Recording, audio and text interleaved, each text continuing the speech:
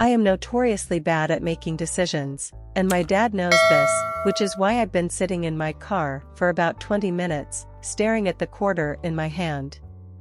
I have two choices. I can get out of my car, go inside, and go to bed. Or I can put my car in drive, haul ass across town, and hope I'm not too late. When I told my dad about it, he said that I should follow my heart. I told him that was impossible.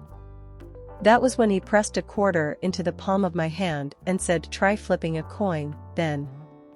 I've been in love with Molly for as long as I can remember, since before I even knew what love was, but I was never foolish enough to tell her. I was in love with her, yes, but I would never risk losing my best friend over something as trivial as love. Only right now, Molly is on her way downtown, to a dinner where her boyfriend will propose to her. She wasn't supposed to find out, obviously. Things like that are always meant to be a surprise, but while looking for something else, Molly had accidentally seen a ring box, tucked into her boyfriend's suitcase. And as you do in such situations, she'd immediately called me, her best friend. "You're never gonna guess what's about to happen." She'd half whispered into the phone when I answered. I was standing in my parents' kitchen, pretending to help cook. "What?" "I think Katie's gonna propose tonight." I found a ring box in her suitcase. After we graduated from college, Molly got a job in San Francisco, 4 hours away, and met her boyfriend, Adam. I got a job in town and moved into an apartment 2 streets over from our high school. Given the distance, I'd only met Adam a handful of times. We got along well enough, but a nagging feeling of jealousy kept our friendship at a purely superficial level. Although at that moment, standing in my parents' kitchen with a spatula in my hand, I hated him. Have you ever convinced yourself that something was going to be okay, even when you knew every choice you had ever made was about to come back and bite you in the ass?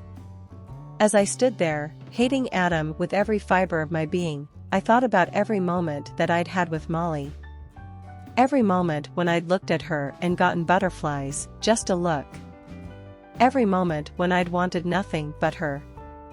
And every moment that I made the conscious choice to ignore my feelings. Did you hear me, Ellie? Ellie. No one had called me that since middle school. My knuckles had turned white around the spatula. Elle? Yeah, I heard you. My voice shook. I was working hard to keep my emotions in check, but it was nearing impossible. 2 decades of unrequited love were rushing to the surface, and the dam was about to break. Are you happy? I mean, I wish he wasn't doing it the day before Thanksgiving, but yeah.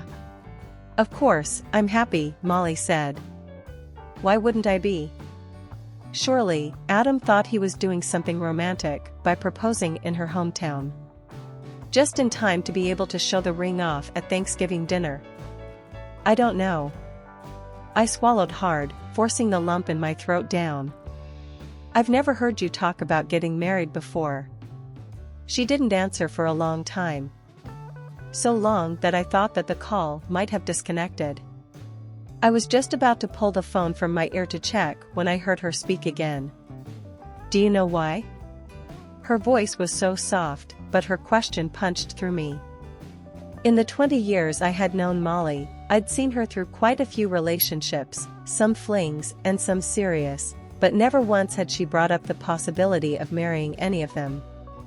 Secretly, I had always hoped that it was because she didn't truly love any of them.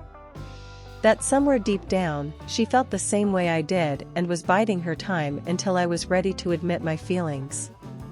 But I had always known that I would never be ready, and so that fantasy stayed tucked deep inside me, where I could ignore it. Only now, Molly's question had pulled that fantasy up out of the darkness, and it settled beneath my skin, dangerously close to revealing itself. Why? I finally answered after a too long pause. I guess I'd been waiting for something. My breath caught sharply in my lungs. Waiting for what?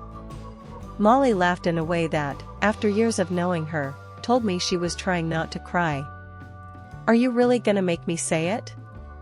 I started to answer, but another voice on the other end of the phone interrupted me. I couldn't hear exactly what they were saying, but I knew who it was: Adam. "Look, I gotta go," Molly said, after a moment of hushed words.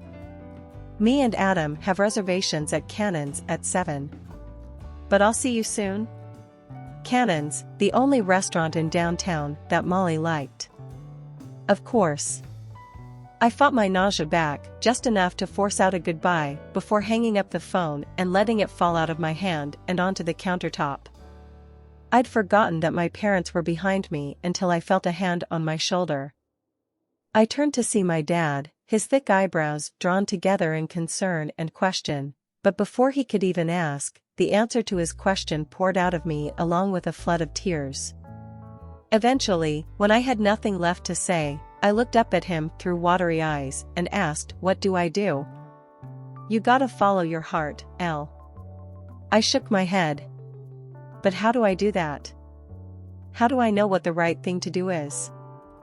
I felt something being pressed into my palm and looked down to see my dad holding my hand. "Well, you do what I do and try flipping a coin, then." That was 20 minutes ago, and I'm running out of time. I glanced down at the clock on my dashboard. It reads 6:25 p.m. Cannon's is at least a 30-minute drive from my parents' house. If I really wanted to do this, if I wanted to make it to the restaurant before they sat down and before Adam had a chance to propose, I needed to leave now. I stared down at the quarter in my hand. Am I really going to let a coin determine what was probably the single most important decision I was ever going to make? I hold the quarter up. The tiny George Washington stares off to the side, uninterested in my dilemma. Fuck it. I toss the quarter up, catching it in my other hand as it falls. I take a breath. I open my hand. I toss the quarter into my cup holder. I put my car in drive.